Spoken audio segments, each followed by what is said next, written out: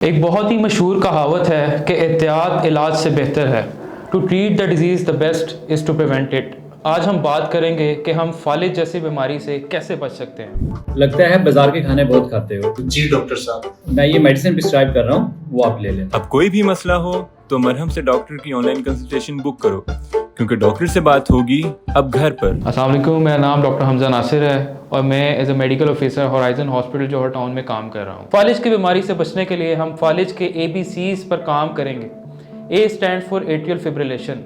अगर हमें atrial fibrillation यानी हार्ट के रिदम का कोई इशू है तो हमें चाहिए कि हम अपने डॉक्टर से कंसल्ट करें। वो कुछ ज़रूरी टेस्ट जिसमें ECG और दीगर टेस्ट शामिल हैं वो करके हमें एंटीकोएगुलेंट एडवाइस कर सकते हैं, जिससे हमारा स्ट्रोक का रिस्क कम हो सकता है।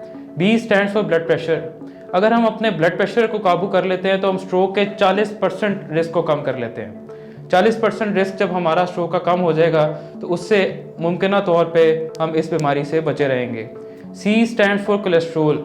एक आम इंडिविजुअल, नॉर्मल इंडिविजुअल में हमारा LDL का टारगेट 100 मिलीग्राम पर डेसीलीटर से कम है, और दूसरा अगर कोई हाई रिस्क इंडिविजुअल है तो उसमें LDL का टारगेट 70 मिलीग्राम पर डेसीलीटर से कम होना चाहिए।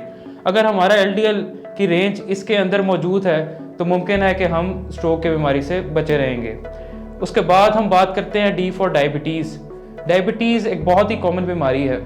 डायबिटीज़ जो है वो हमारे स्ट्रोक के रिस्क को भी बढ़ाती है, लेकिन हमें इसको मैनेज करना आना चाहिए।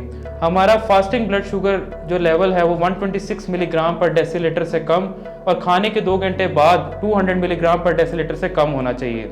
उसके बाद D फॉर डाइट। डाइट का बहुत अहम रोल है। अगर हम फैटी फूड, तली हुई चीज़ें खाने से परहेज़ करें तो हमारा स्ट्रोक का रिस्क कम हो सकता है।